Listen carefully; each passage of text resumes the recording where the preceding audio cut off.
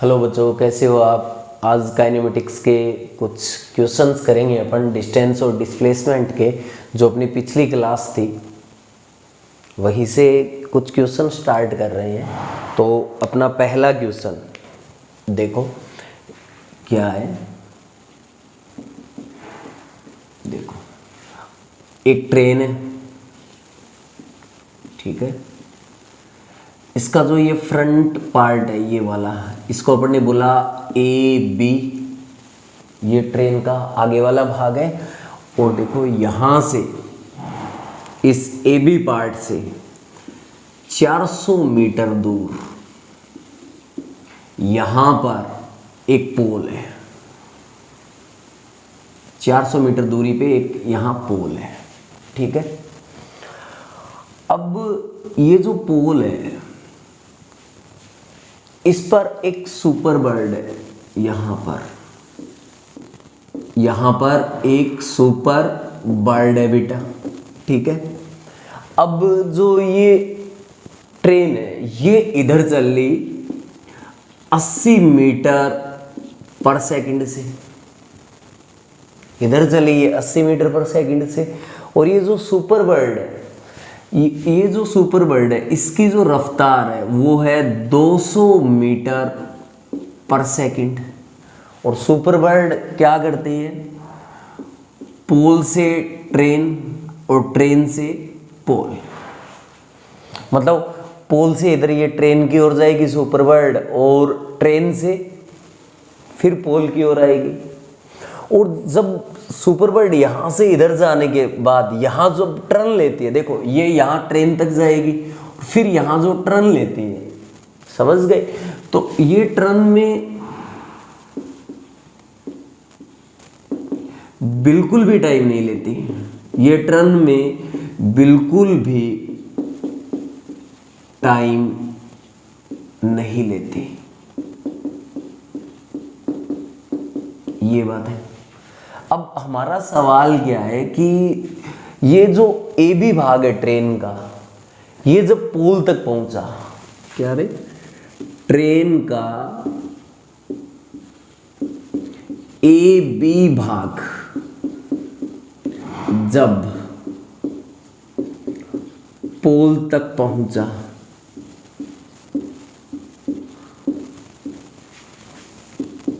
तब तक super bird ने कितनी दूरी तय की, कितनी डिस्टेंस कवर की, मतलब तय की। तो मैं आपको कल बता चुका हूं बेटा कि दूरी क्या होता है, रियल पाथ की लंबाई होती है। जैसे ये पॉइंट ए है, ये पॉइंट बी है, तो आप चले ए से बी की ओर, ऐसे ऐसे ऐसे ऐसे, तो ये जो रास्ता है ना, ये जो आपने ये जो रास्ता कवर किया है, इस रास्ते की लंबाई क्या है? डिस्टेंस होती है, दूरी होती है। ये कदिश राशि थी, ठीक है। मतलब जो रास्ता, जिस रास्ते पे आप चले हो उसकी लेंथ है, ठीक है। फिर अपन बात किसकी करते हैं? विस्थापन की। तो आपका इनिशियल पॉइंट ये था, प्रारंभिक बिंदु, और अंतिम बिंदु ये था। तो प्रारंभिक बिंदु से अंतिम बिंदु को मिलाने वाला ये जो सदिश है, ये विस्थापन सदिश है। ये सरल रेखीय दूरी, विस्थापन एक सदिश राशि है। इसकी दिशा क्या थी? प्रारंभिक बिंदु से अंतिम बिंदु की ओर। ये बात जानते हो ना? तो हमें रियल पाथ की लंबाई ज्ञात करनी है। अब देखो, सुपर बर्ड 200 मीटर पर सेकंड, ये तो आप जानते ही हो, कॉमन सेंस वाली बात है। 200 मीटर पर सेकंड मतलब सुपर बर्ड है वो एक सेकंड में कितना चल रही है? 200 मीटर। अब ट्रेन की रफ्तार कितनी है? 80 मीटर पर सेकंड। मतलब ट्रेन एक सेकंड में कितना चल रही है? 80 मीटर चल रही है। बोलो कोई दिक्कत है? अब देखो, हमें ये देखना है, सुपर बर्ड इधर गया, ये ट्रेन के पास आके ऐसे टर्न लिया, फिर वापस इधर गया, फिर वापस इधर, फिर सुपर बर्ड वापस इधर। अब ट्रेन भी तो आगे आई है ना, मतलब ये भी इधर चल रही है, तो सुपर बर्ड फिर ट्रेन तक, ये फिर वापस, फिर ट्रेन और आगे चली, तो सुपर बर्ड यहाँ से टर्न लेता है, फिर और आगे, फिर और ऐसे ऐसे करके यहाँ तक। मतलब सुपर बर्ड तब तक देखो, ये यहाँ टर्न लिया, यहाँ यहाँ यहाँ, मतलब टर्न में इन्होंने बिल्कुल भी टाइम नहीं लिया, ठीक है। मतलब इसकी रफ्तार घटी नहीं है, जैसे टर्न लिया मतलब सुपर बर्ड है, ठीक है। तो ये टर्न में टाइम नहीं ले रही। तो ये देखो, ये मतलब इसके चलने का रास्ता यही तो था ना, ये फिर इधर गई, फिर वापस मतलब ट्रेन आगे, फिर इधर, फिर इधर, ये कितनी दूरी तय की इसने, ठीक है। देखो पॉज करके पहले खुद से करना बेटा ये सवाल, ठीक है। नाउ तो मेरा ये सॉल्यूशन देखना, ध्यान से सुनो। इसको सोल्व कैसे करते हैं, बढ़िया सवाल है एच सी वर्मा का, और एच सी वर्मा सर की जो बुक है उसमें बहुत ही डेप्थ में ये सवाल किया हुआ है, बहुत ज़्यादा थ्योरी वगैरह लिखी गई है, तो अपन उतना ज़्यादा नहीं, मतलब मैं सीधा सीधा बता दूंगा। देखो हमें वो दूरी ज्ञात करनी है जब ये ए बी ट्रेन जब तक पोल पे पहुंचती है तब तक ये कितनी दूरी तय करती है। तो ध्यान से सुनो, ट्रेन से पोल की दूरी है 400 मीटर, ठीक है। ट्रेन से पोल की दूरी कितनी है, 400 मीटर, और ट्रेन 80 मीटर पर सेकंड की रफ्तार से चल रही है। मतलब ट्रेन 80 मीटर एक सेकंड में चलती है। एक सेकंड में कितना चलती है, 80 मीटर, समझ गए। तो कितना समय लेगी, 400 मीटर चलने में कितना समय लेगी। तो टाइम क्या होता है, डिस्टेंस अपॉन स्पीड, अरे यही तो होता है।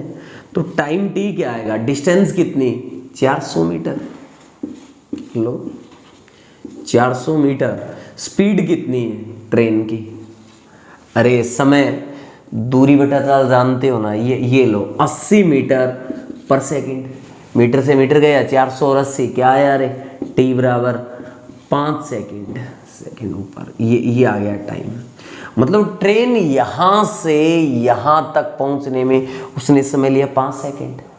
तो बर्ड भी तो तब तक ही चल रहा है ना जब तक ट्रेन, देखो ट्रेन यहां से यहां आई तब तक ही तो ये चला है।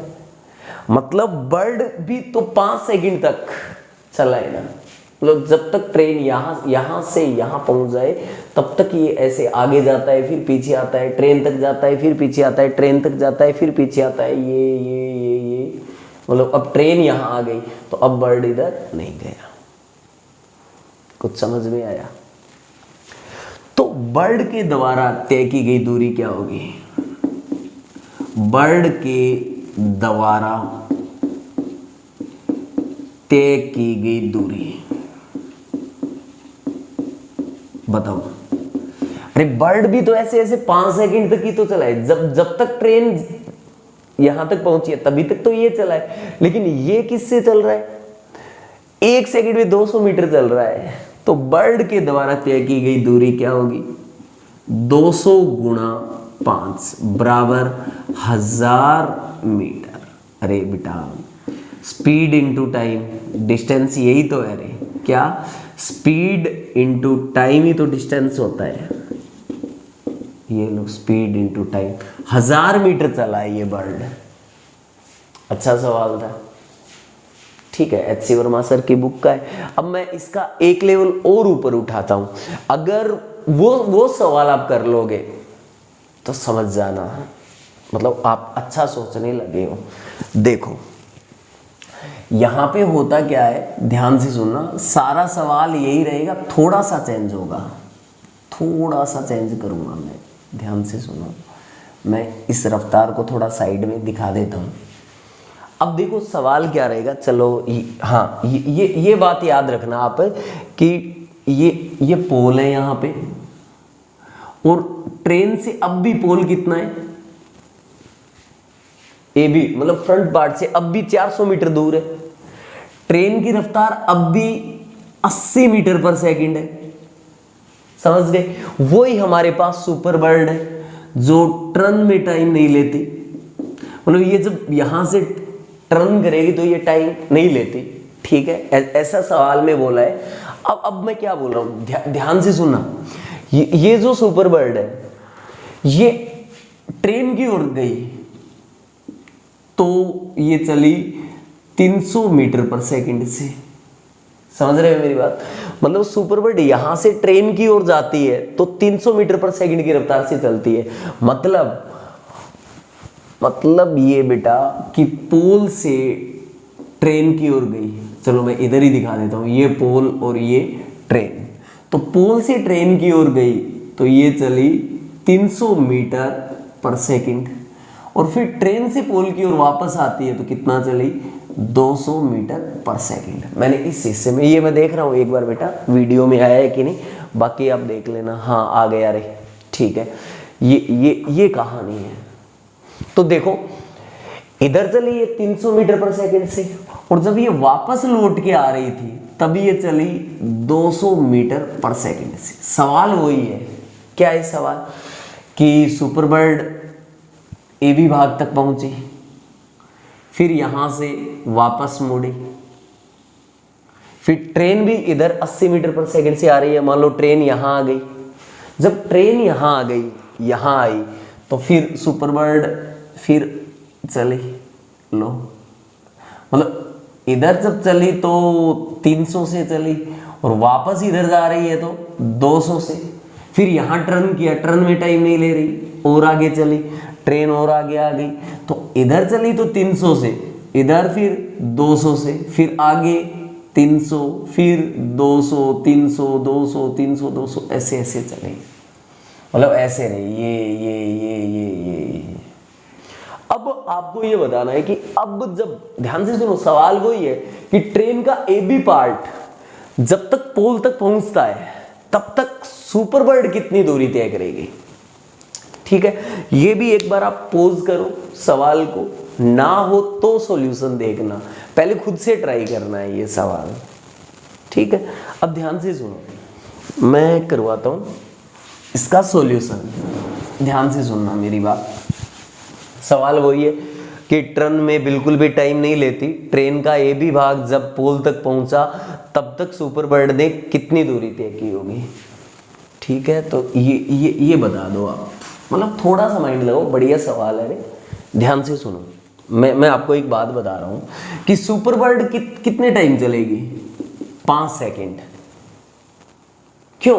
क्योंकि सुपरबर्ड की वो दूरी ज्ञात करनी है जब ट्रेन यहां से यहां पहुंच जाए, तो वो ही कहानी है रे, यहां पे वही कहानी है।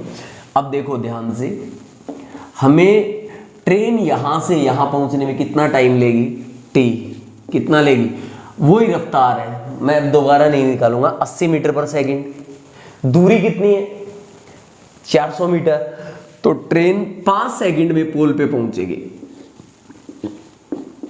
ट्रेन 5 सेकंड में, मैं थोड़ा सा आराम से करवा दूं, पोल तक पहुंचेगी। ठीक है, तो बर्ड भी 5 सेकंड तक। अब कई बच्चे क्या करते हैं, गलती कर देते हैं कि 300 से आगे जा रही है, 200 से पीछे आ रही है, तो 250 ले लो बीच का। मतलब कॉन्सेप्ट के साथ खिलवाड़ अपने को नहीं करना है बेटा। जब कॉन्सेप्ट के साथ खिलवाड़ कर दोगे तो आपका सवाल सही नहीं होगा।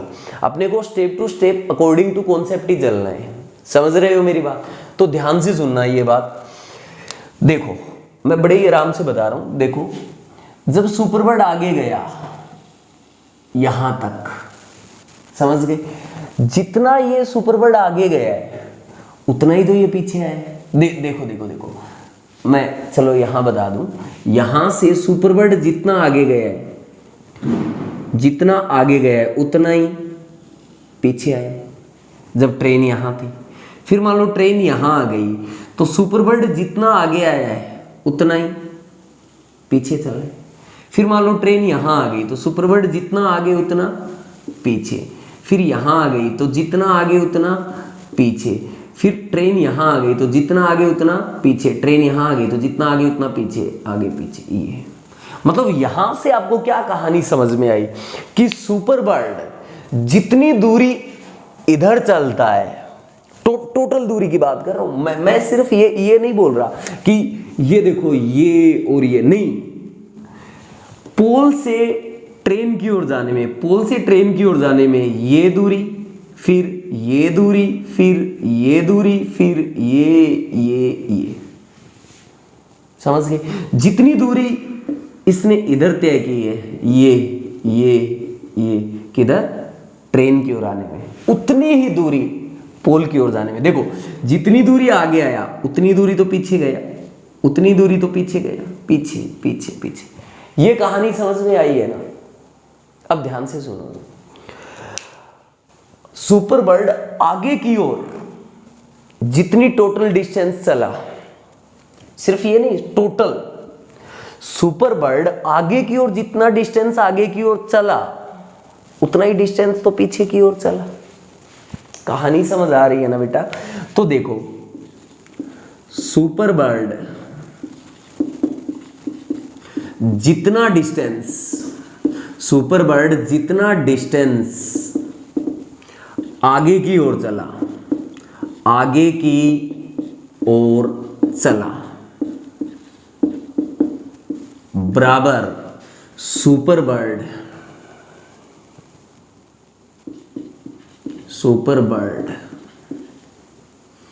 उतना ही डिस्टेंस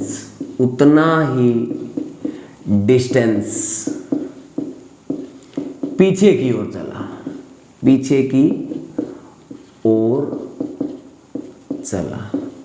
मतलब आगे की ओर टोटल डिस्टेंस, आप ऐसे बोल सकते हो, आगे की ओर टोटल डिस्टेंस। कॉमन सेंस वाला सवाल है, आगे की ओर टोटल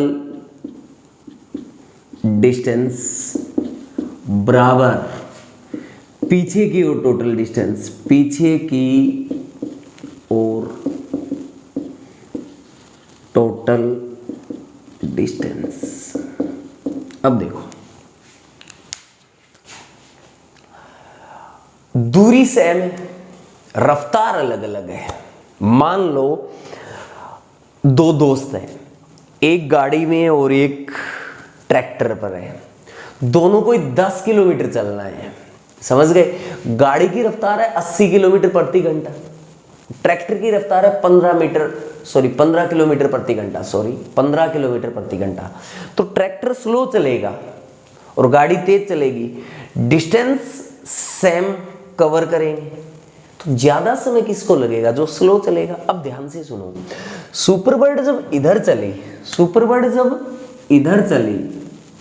तो जब ये इधर चली थी ये 300 मीटर पर सेकंड से, इसको मैं v1 बोल दूं रे रफ्तार। जितनी दूरी आगे चली उतनी पीछे कितनी सी चली थी? 200 मीटर पर सेकंड से, इस रफ्तार को मैं v2 बोल दूं। ट्रेन की ओर आने में रफ्तार 300 थी और जाने में 200 थी। देखो डिस्टेंस तो सेम कवर किया था, डिस्टेंस तो इसने सेम कवर किया था कि नहीं? मानते हो आप भी, लेकिन क्या टाइम सेम लगेगा? नहीं लगेगा, क्योंकि डिस्टेंस तो सेम है लेकिन रफ्तार अलग अलग है, तो टाइम सेम नहीं होगा। तो ध्यान से सुनो, पोल से ट्रेन की ओर जाने में इसने टाइम लिया t1, टाइम क्या लिया? t1।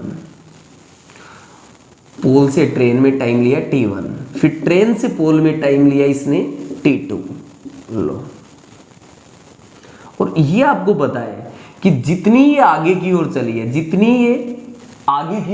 है, उतनी ये पीछे की ओर, दूरी तो सेम है। तो देखो इधर चली ये v1 से कितने टाइम तक? t1 टाइम तक। तो दूरी क्या होता है? चाल गुणा समय तो होता है। तो आगे की ओर टोटल डिस्टेंस, रफ्तार v1 इंटू समय t1, चाल गुणा समय, बराबर पीछे की ओर, मतलब इधर किससे चली है? v2 से। इधर टाइम भी तो अलग है ना इससे, मतलब इधर डिस्टेंस सेम, टाइम अलग था, तो चाल गुणा समय, मतलब v2 t2। यहां से देखो t1 है, t2 को इधर ले आऊं मैं, तो t1 अपॉन t2 बराबर इधर कौन है? v2 upon v1। समझ गए? देखो t1 अपॉन t2 बराबर v2 कौन? v2 है 200 मीटर पर सेकंड। देखो 200 बटा v1 कौन है? 300। तो यहां से देखो t1 अपॉन t2 क्या आया? 0 0 मतलब 2/3 आया, मतलब t1 समय 2 सेकंड और t2 समय 3 सेकंड और टोटल टाइम 5 सेकंड ही तो है रे। मतलब t1 तो 2 सेकंड समय और t2 3 सेकंड, मतलब ये v1 चाल से t1 टाइम तक चला है, v1 चाल से t1 टाइम तक चला है। मतलब जब ये इधर चला है इधर, तो टाइम t1 और रफ्तार 300 थी। अरे इधर ये 300 से चला है ना, तो इधर कितना आया ये 300 से कितने समय तक चला है ये 2 सेकंड तक। देखो v1 300, t1 2 सेकंड, तो 300 गुणा 2 क्या है यार 600 मीटर। अब पीछे की ओर कितनी दूरी चला है, रफ्तार इनटू टाइम ही तो होगा, तो पीछे की ओर ये चला है 200। टाइम देखो यहां टाइम ज्यादा लगेगा, कॉमन सेंस है, रफ्तार कम है ना, डिस्टेंस सेम कवर की है, तो ये ज्यादा टाइम नहीं लेगा क्या। तो यहां से निकाला था ना अपने t2 3 सेकंड इंटू 3 कितना आया रे 600 मीटर। मतलब जितना ही आगे चला उतना ही पीछे 600 और 600, मतलब इसका आंसर आएगा 1200 मीटर। जिस भी बच्चे ने पॉज करके ये सवाल सोल्व किया था और अगर उसका सही है तो वो कमेंट में बताएगा कि हाँ सर मैंने ये सही कर लिया था। ठीक है, बढ़िया सवाल था। अब एक होमवर्क के लिए एक सवाल और देता हूं आपको।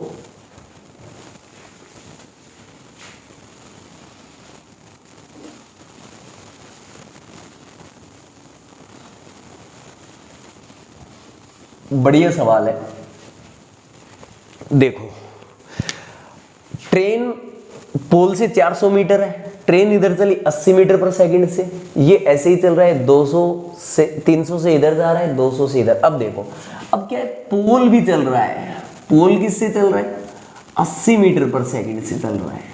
लो सवाल वही है, एक कहानी और बदली कि पोल भी चला है। अब बताओ कि ट्रेन जब पोल तक पहुंचेगी तो सुपर बर्ड कितनी दूरी तय करेगा, बताओ भैया जी। वही कहानी है, पहले ये अकेला चल रहा था 80 से इधर, पोल रुका हुआ था, अब पोल भी इधर जा रहा है, तो अब 1 सेकंड में ये भी 80 चला और ये भी 80 चला, तो दोनों कितने चले 160। टोटल कवर कितना करना है 400।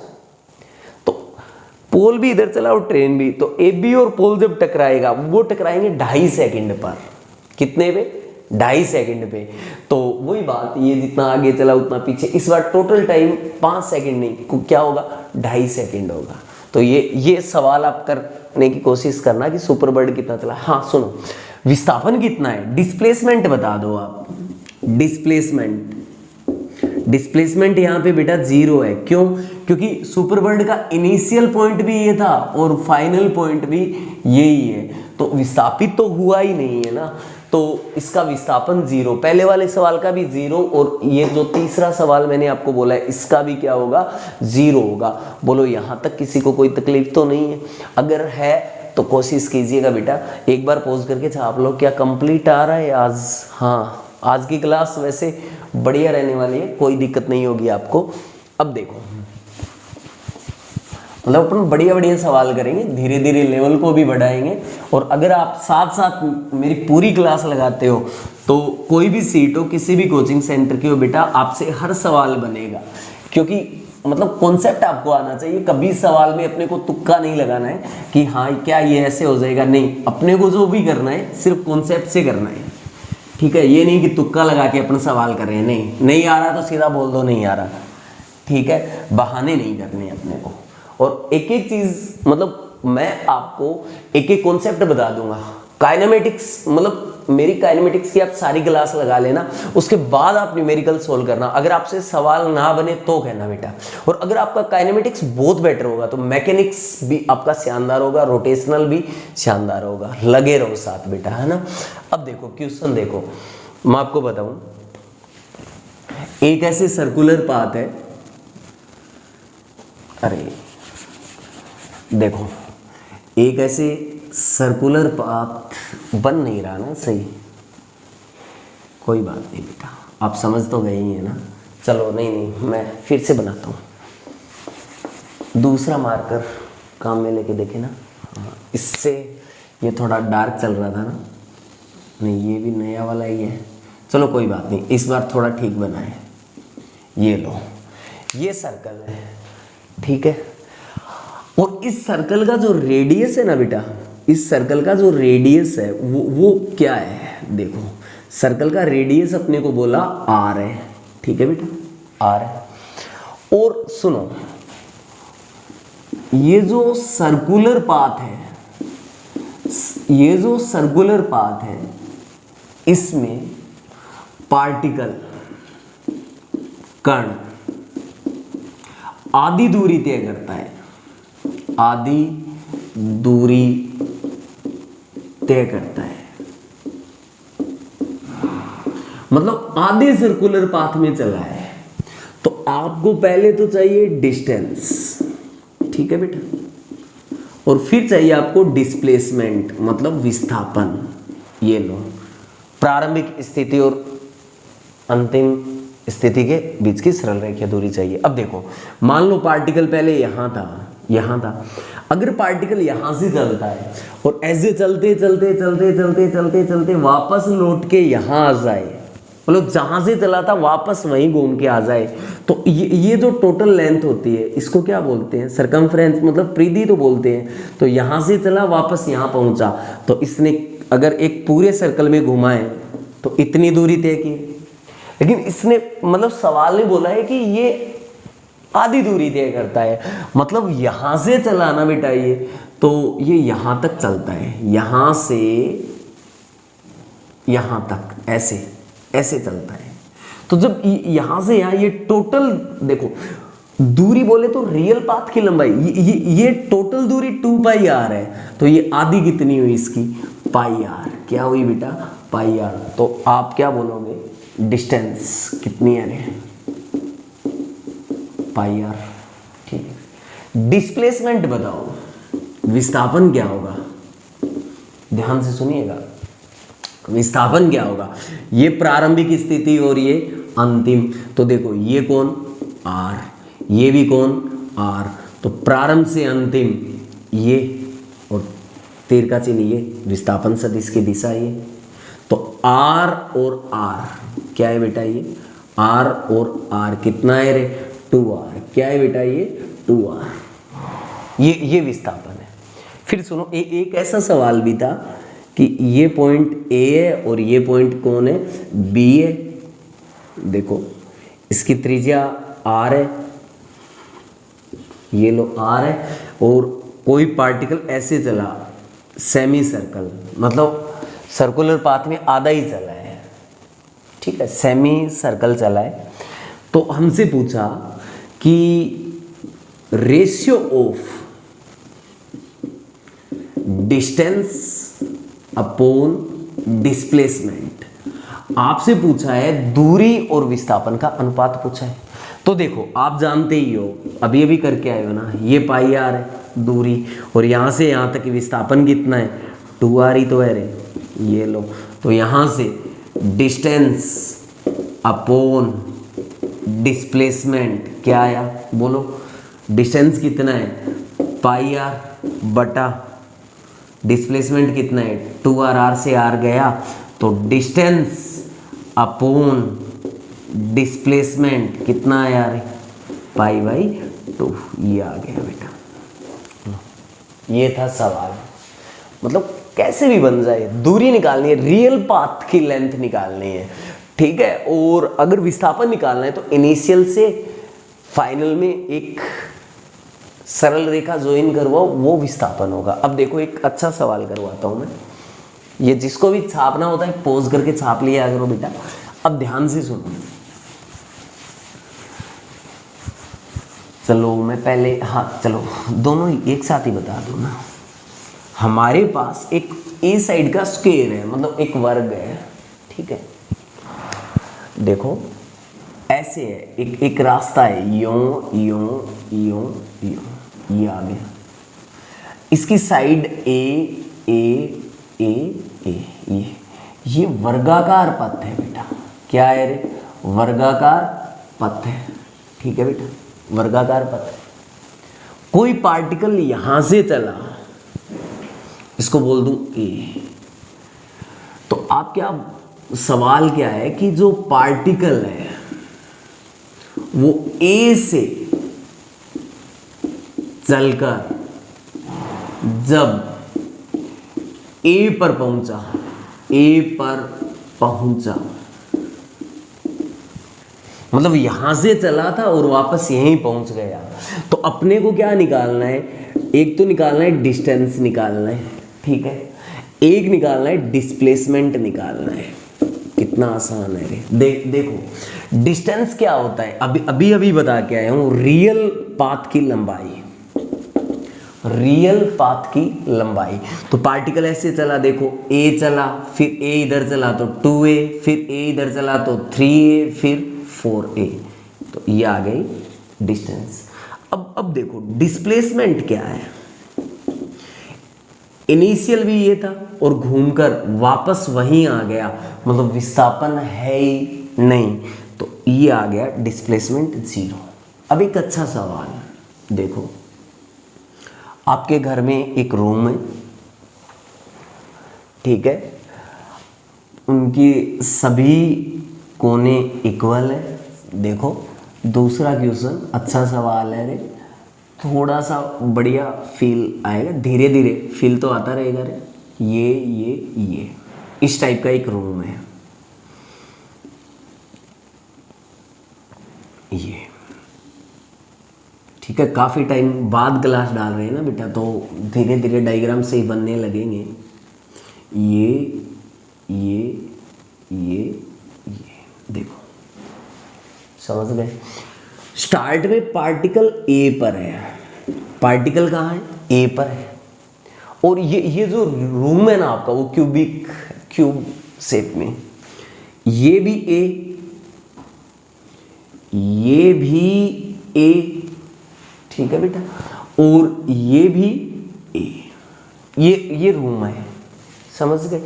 तो पार्टिकल ए इधर चला, फिर ए इधर चला, फिर ए ये पीछे की ओर चला और यहां पहुंचा, ये बी है। कौन सा पॉइंट है, बी। अब आपसे क्या पूछा गया है कि ए से बी का डिस्प्लेसमेंट पूछो, तो डिस्प्लेसमेंट बताओ, तो ये क्या होता है कि जो इनिशियल पॉइंट है और जो फाइनल पॉइंट है, इनिशियल पॉइंट और फाइनल पॉइंट को ज्वाइन करने वाला एक वेक्टर, ये डायरेक्शन ए टू बी, ये बताओ।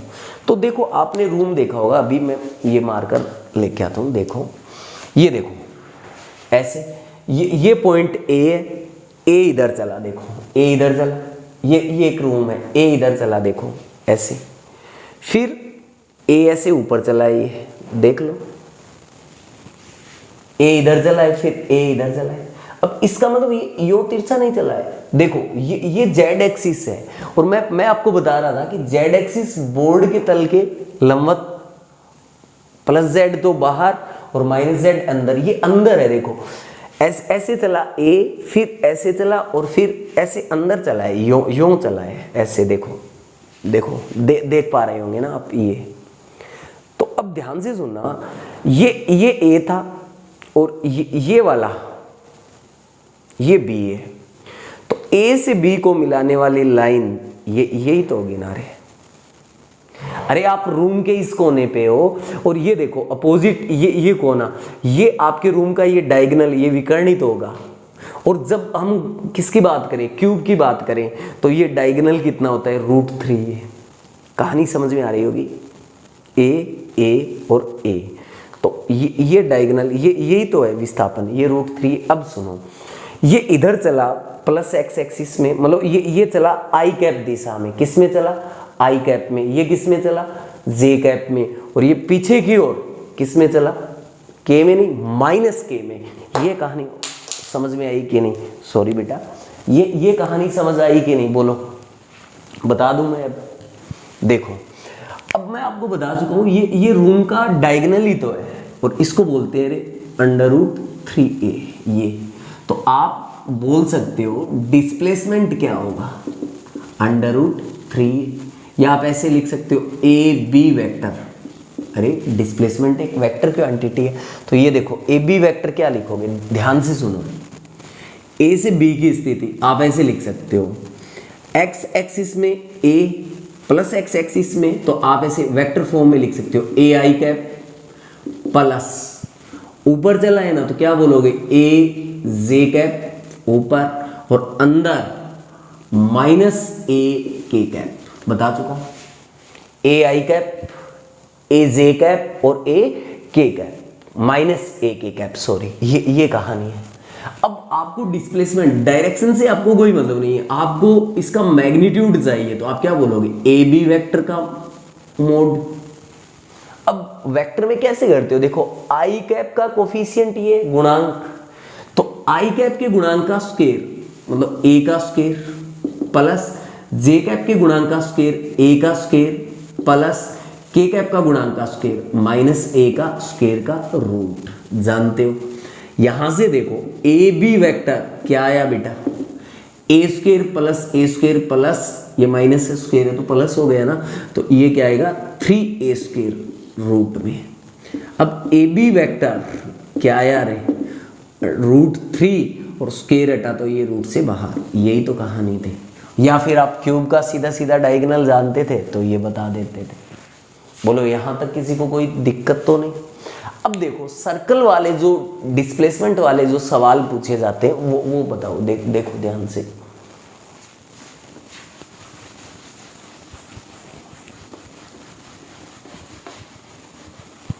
इसके बाद एक बहुत ही जबरदस्त सवाल करूंगा, पहले सर्कल का एक कॉन्सेप्ट बताता हूं, फिर देखो एक बहुत अच्छा सवाल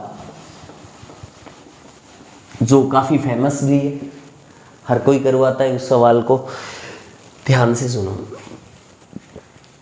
एक सर्कल है, आप सर्कुलर पाथ में चले, ठीक है, मतलब आप चले तो भी पार्टिकल एज्यूम कर लो, क्योंकि हम चलने का अध्ययन कर रहे हैं तो शेप साइज मायने नहीं रखता, ठीक है। आप 1/4 चले या बोल दो कोई पार्टिकल सर्कल में 1/4 चला, पूरे सर्कल जो पूरा सर्कल था या पूरा सर्कुलर पाथ था उसका 1/4 हिस्सा। तो ध्यान से सुनो, सवाल वही रहे, ये एक सर्कुलर पाथ है बेटा, ठीक है। आप कितने चले, 1/4 ऑफ सर्कल की बात करें, 1/4 ऑफ सर्कल, ठीक है। सर्कल का रेडियस आर है, मतलब ये इसका सेंटर और ये सर्कल का रेडियस है आर, ठीक है बेटा, रेडियस आर दे दिया अपने को, लो ठीक है। अब आप 1/4 मतलब इसको 4 पार्टों में तोड़ लो आप, ऐसे ऐसे ऐसे ऐसे ऐसे और बेटा ऐसे ऐसे ऐसे ऐसे। अब यहां से चले मान लो और वापस यहीं पहुंच गए, मतलब टोटल पाथ कवर किया तो आप चले 2πr, आधा कवर किया तो 2πr/2, देखो टोटल किया तो 2πr, आधा किया तो 2πr और 2πr/4 चौथाई हिस्सा, तो टोटल का 1/4 तो πr/2। जानते हो कि नहीं। हाँ, सवाल क्या था कि आप यहां से चले, ठीक, और यहां पहुंचे, यहां से चले यहां पहुंचे, मतलब 1/4 ऑफ सर्कल, एक पार्टिकल इतना चलता है, तो आपको पता है ये रेडियस है आर और ये भी रेडियस क्या है आर, ये इनिशियल पॉइंट और ये फाइनल पॉइंट। अगर आपसे कोई पूछे डिस्टेंस क्या होगी, तो सर्कल का 1/4 हिस्सा है तो 2πr/4, आप सीधा सीधा बोल दोगे सर πr/2 होगा। मैं आपसे पूछूं डिस्प्लेसमेंट क्या होगा, वो भी आप बता दोगे। क्या बताओगे रे डिस्प्लेसमेंट इसका, आर, और देखो ये प्रारंभिक बिंदु जिसको मैंने बोला ए, ये अंतिम बिंदु जिसको मैंने बोला बी, ए को बी से मिला दो ऐसे, ये देखो ये ट्राइंगल है ना, तो ये चाहिए अपने को, ये चाहिए, तो इसको आप क्या बोलोगे, इसका स्क्वायर प्लस इसका स्क्वायर, अरे समकोण त्रिभुज वाली कहानी है, तो r² प्लस r², ये क्या आएगा अरे 2r² का रूट, तो इसको √2 और r बाहर निकल गया यार, लो ये आ गया डिस्प्लेसमेंट। आप बोलोगे सर आसान था, ये माना बेटा, ये आसान था। चलो आपसे एक सवाल और पूछूं मैं, एक क्वेश्चन है, इसके बाद बहुत ही अच्छा सवाल आएगा। ये जो मैं बता रहा हूं, एक ऐसा सर्कल है, ठीक है। अब इस सर्कल में देखो, ये सर्कल का सेंटर, आपका पार्टिकल स्टार्ट में यहां था, कहां था, ए पे था, समझ रहे हो। ये सेंटर, इसका रेडियस क्या है, आर है, और फिर ये पार्टिकल यहां पहुंचा, यहां, ये बी है। अपने को बोला है कि जो सेंटर से ये जो लाइन ज्वाइन कर रही है और ये कर रही है, इनके बीच में जो एंगल है वो अपने को दे दिया 120 डिग्री। ये दे दिया, क्या दे दिया ये एंगल, 120 डिग्री। अब हमसे सिर्फ डिस्प्लेसमेंट पूछा है, सवाल ने क्या पूछा है, हमसे सिर्फ डिस्प्लेसमेंट पूछा है कि आप डिस्प्लेसमेंट बताओ भैया जी डिस्प्लेसमेंट। तो जब सर्कल वाले सवाल हो ना बेटा, सर्कल वाले, ये देखो ये तो 90 था, स्टैंडर्ड बना रहे ट्राइंगल, आसानी से आपने निकाल दिया। लेकिन अब क्या आया, क्या पता 120 हो सकता है, 150 बोल दे, 120 बोल दे, और 90 बोल दे, 60 बोल दे, 30 बोल दे, 30 डिग्री, कुछ भी हो सकता है। समझ रहे हो मेरी बात। तो कैसे सोल्व करना है, तो ऐसा जो सर्कुलर पाथ होता है ना, और सर्कुलर पाथ में जब कोई पार्टिकल चलता है और आपको एंगल पता है, यहाँ थीटा कितना है, 120 डिग्री, हमें क्या चाहिए, डिस्प्लेसमेंट चाहिए। मतलब इनिशियल पॉइंट को फाइनल पॉइंट से मिला दो, इनिशियल पॉइंट को फाइनल पॉइंट से मिला दो। ये लो, डायरेक्शन इनिशियल टू फाइनल, ऐसे ही तो होती है। ये लो, रेडियस कितनी है रेस की, आर है। तो जब भी ऐसे सर्कल वाले सवाल हो और आपको निकालना हो क्या, डिस्प्लेसमेंट निकालना हो, क्या निकालना हो, डिस्प्लेसमेंट, तो आप कैसे निकालोगे, 2r साइन थीटा बाई 2, ये फॉर्मूला आपको याद होना चाहिए, इंपॉर्टेंट है। ये फॉर्मूला क्या है, इंपॉर्टेंट है। डिस्प्लेसमेंट क्या होगा, 2r साइन थीटा बाई 2, ठीक है। आया कैसे, अभी चर्चा करेंगे, लेकिन पहले सवाल सोल्व करते हैं ना। डिस्टेंस, ठीक है, डिस्टेंस क्या है, एक सेकंड बेटा, माइक में थोड़ा सा हलचल हो गया ना, तो मैं सही कर लेता हूँ। चलो ठीक है बेटा, अब देखो ये डिस्टेंस, सॉरी डिस्प्लेसमेंट क्या होगा बताओ, 2 इंटू इसका रेडियस क्या है, आर है, साइन थीटा बाई 2, यहाँ थीटा 120 है ना, तो मैं सीधा सीधा लिख दूं क्या, 120/2, क्या लिख दूं रे, साइन 60। अरे यहाँ देखो 120/2 रखोगे तो यही तो आ रहा है, मैं सीधा कर रहा हूं ना। डिस्प्लेसमेंट क्या आएगा, 2r, साइन 60 क्या होता है, √3/2, 2 से 2 गया, √3r, तो क्या आया आपका डिस्प्लेसमेंट बेटा, √3r। आप बोलोगे सर क्या भरोसा है बेटा।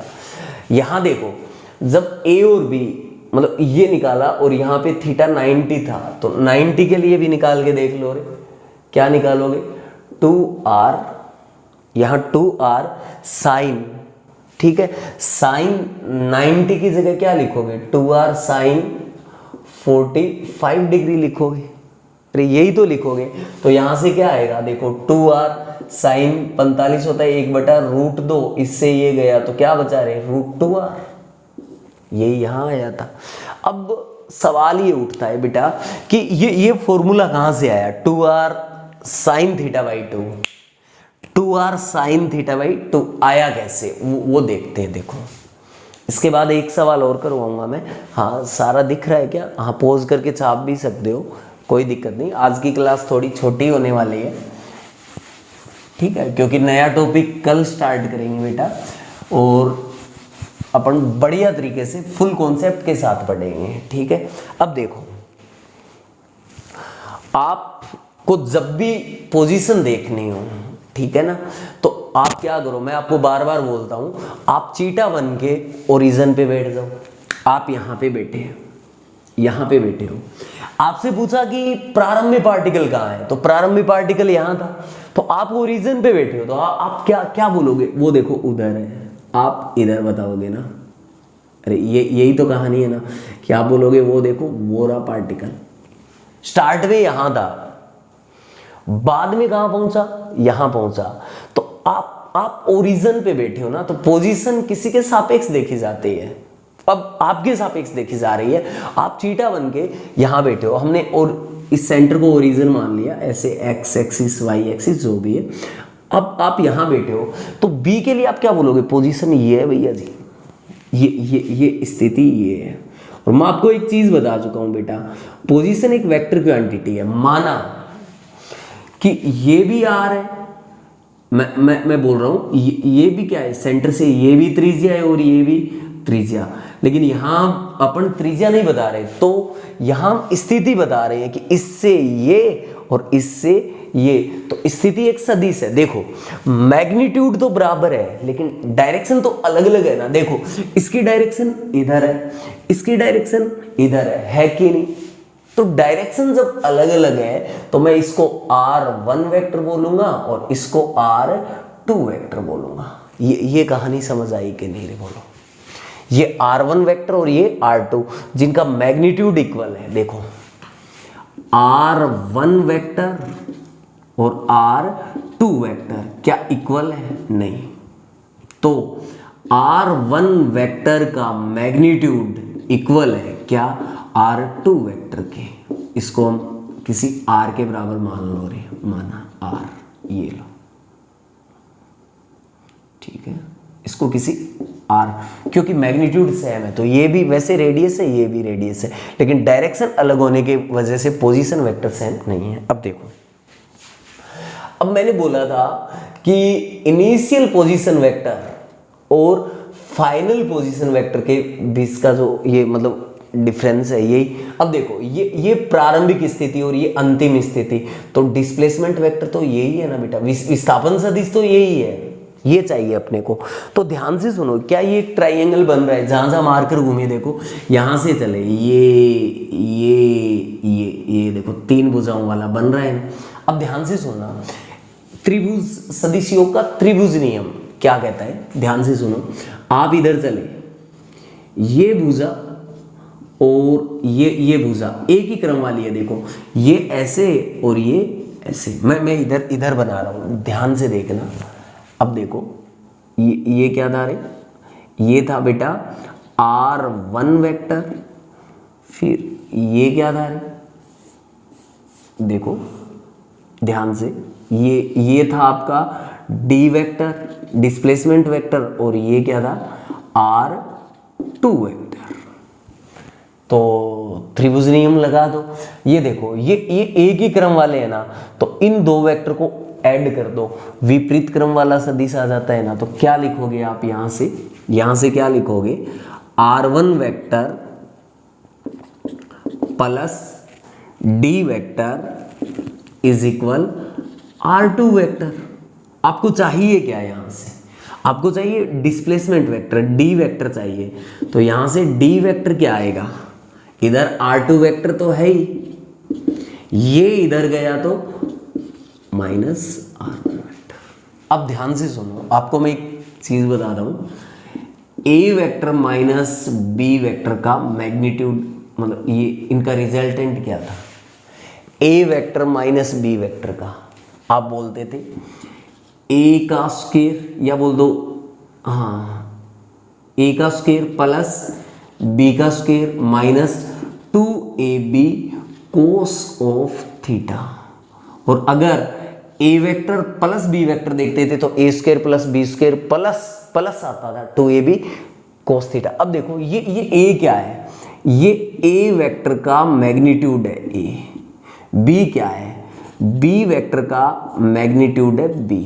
अब ध्यान से सुनो, ये है D वेक्टर, आपको क्या चाहिए, D वेक्टर का मैग्नीट्यूड चाहिए, मतलब D वेक्टर किसके बराबर है, R2 वेक्टर माइनस R1 के, तो हमें क्या चाहिए, R2 vector minus R1 vector.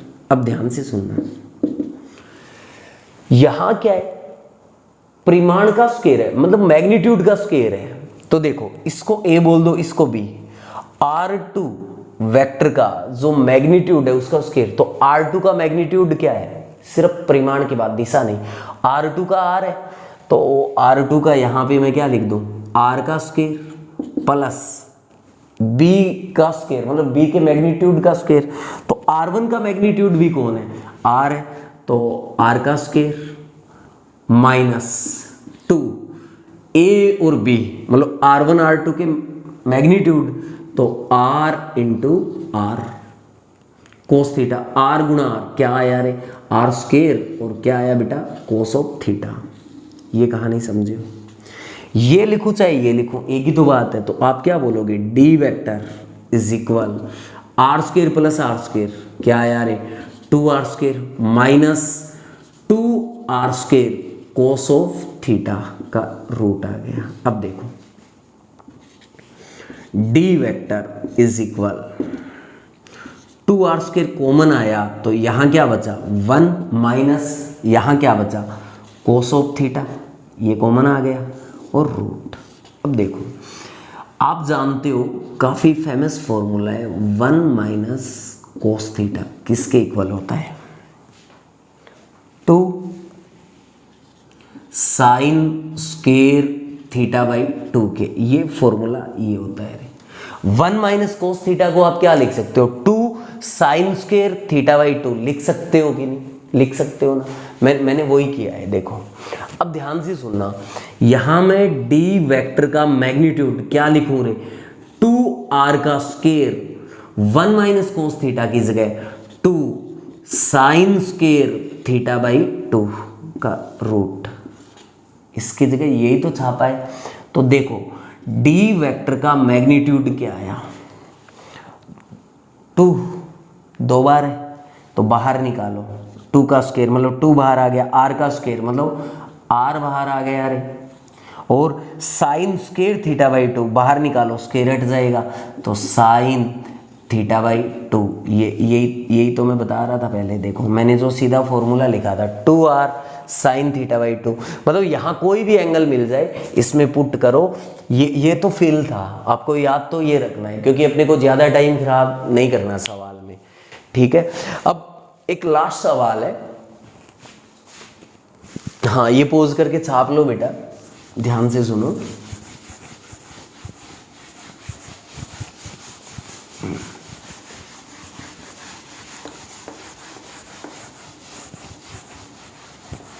बहुत ही अच्छा सवाल है,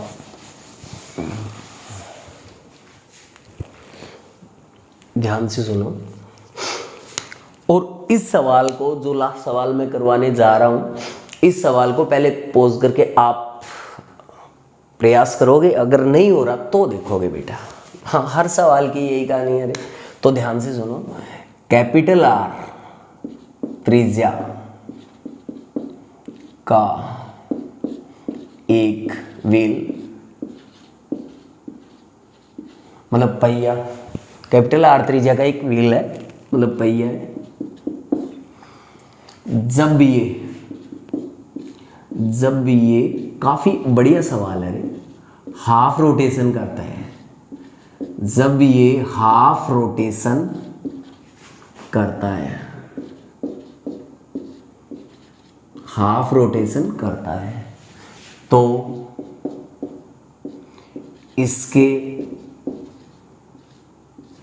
इसके पॉइंट P का, तो इसके पॉइंट P का डिस्प्लेसमेंट बताइए, डिस्प्लेसमेंट बताइए, बोलो बोलो बोलो, डिस्प्लेसमेंट बताना है। हाँ अभी सवाल अधूरा है ना रे, ये एक सर्कल है, ठीक है, एक पहिया है, सॉरी सर्कल क्या, एक पहिया है। अब देखो ध्यान से, ये सीधा रास्ता है, ठीक है, ये पॉइंट P है, ये पॉइंट P है। तो जब ये सर्कल कंप्लीट नहीं, जब ये आधा घूमता है, जब ये आधा घूमता है, तब इस P का डिस्प्लेसमेंट देखो देखो देखो, मैं आपको बता दूं, ये रे और इसका रेडियस है ना, ये R है, ये सवाल ही बोल रहा है। तो देखो जब जब ध्यान से सुनो, यहां से जब ये एक चक्कर लगाता है ना ऐसे, देखो जब ये पहिया एक चक्कर पूरा करता है, पूरा रोटेशन करता है, तो देखो ये पहिए का ये हिस्सा सड़क को टच करेगा, मतलब ये हिस्सा टच करेगा, फिर ये वाला भी टच करेगा, फिर ये वाला भी टच करेगा। मतलब जब एक साइकिल कंप्लीट हो जाएगी, जब यहाँ पे एक साइकिल कंप्लीट हो जाएगी, तो एक चक्कर के बाद P वापस यहाँ आ जाएगा। तो जब ये एक साइकिल कंप्लीट कर रहा है, तो ध्यान से सुनो, सड़क का ये भाग भी सड़क को टच करेगा, ये भी टच करेगा, ये मतलब पहिया ऐसे चला यूं।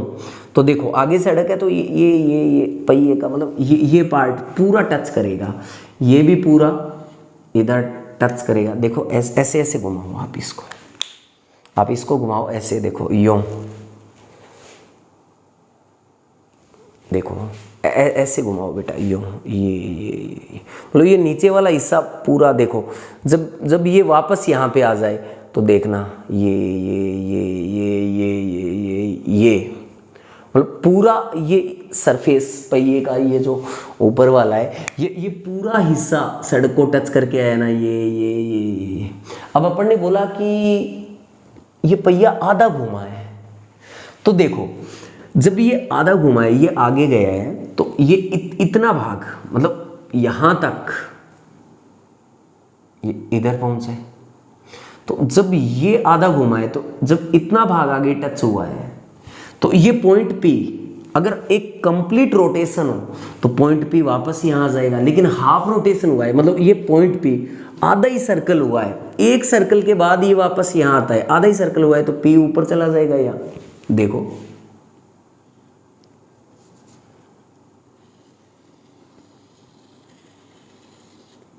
यहां चला जाएगा। अरे इस बार मैं P को क्या बोल दूं, P डैश। अरे आधे रोटेशन में ये यहां पे पहुंचेगा। अब देखो जब आधा रोटेशन हुआ, तो सड़क के जितने भाग को कवर किया, तो पहिए के इस आधे भाग ने ही तो कवर किया, और इस आधे भाग ने कवर किया, मतलब कितनी दूरी चले आप। अरे एक सर्कुलर फेज का आधा पार्ट है, तो क्या आएगा पाथ का, ये पाई आर नहीं होगा क्या। टोटल चलता तो हम बोलते, देखो जहां से चलता, देखो ये इसको टच कर रहे हैं, हम बोलते 2 पाई आर चला, तो ये आधा चला है, तो ये क्या होगा पाई आर। अब देखो इनिशियल पॉइंट ये था और फाइनल पॉइंट ये, देखो आधा घूमने के बाद ये यहां आ गया, तो इनिशियल को फाइनल से मिला दो, लो डिस्प्लेसमेंट तो ये होगा। अरे विस्थापन सदिश तो ये होगा ना। कैसे निकालें, देखो ये इस पहिए का सेंटर है, ये इसकी त्रिज्या r, और ये r, तो ये भी r, मतलब ये टोटल है 2r, ये टोटल क्या है 2r है।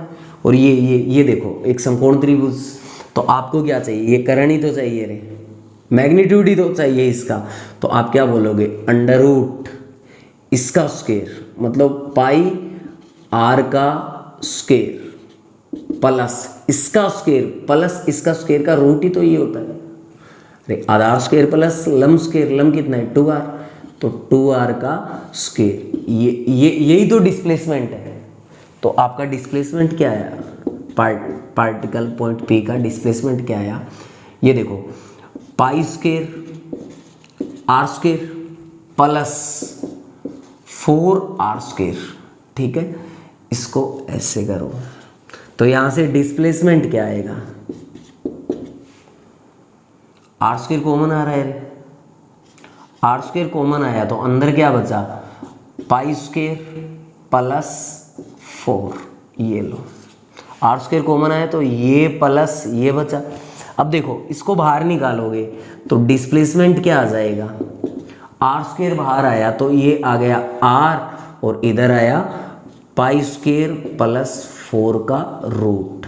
ऑप्शन में यही मिलता है रे आपको, इस शेप में ऑप्शन मिलता है आपको।